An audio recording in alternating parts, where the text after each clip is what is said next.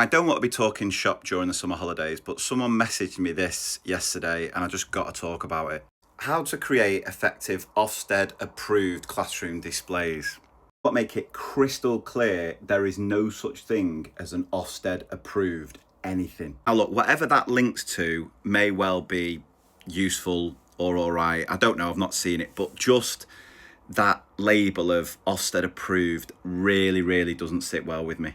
Apart from the fact that if you speak to any teacher who works in England, the one word they do not want to hear during the month of August is Ofsted. If we look past all about classroom displays, now I know some schools expect things to be done a certain way, some schools have ridiculous policies about what displays are supposed to look like, but I genuinely think they have little to no real impact on teaching and learning in class. They're really there for the aesthetics of the classroom. I'm not going to spend the whole video going through all the problems with Ofsted. I've done that numerous times. We know their punitive, inconsistent system is one of the main reasons why over 40,000 teachers are leaving the profession. But this sort of stuff is also contributing to it. We've really got to break this cycle about giving Ofsted this power and putting so much value on them when they just don't deserve it. And Ofsted should be really calling this out and shutting it down, because ultimately Ofsted cannot dictate exactly how you go about doing certain practices. That's not what they're there for.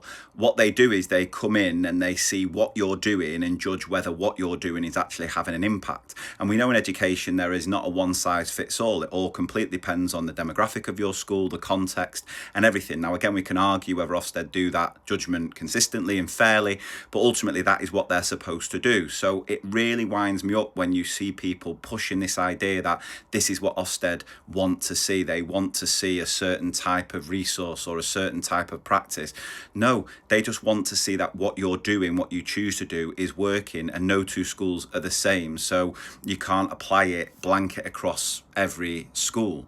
It is wrong, and we've got to stop this sort of cycle of, because all it does is it just adds to workload and puts more and more pressure on teachers where they think they've got to do things a certain way because it's Ofsted approved, when there is no such thing. You're just pushing sort of misinformation about the inspection, which further creates that fear, which builds up that pressure, that anxiety, and again is contributing to so many teachers reaching burnout and leaving the profession. And it's not just the fact that by saying something's Ofsted ready or Ofsted approved, you are validating them.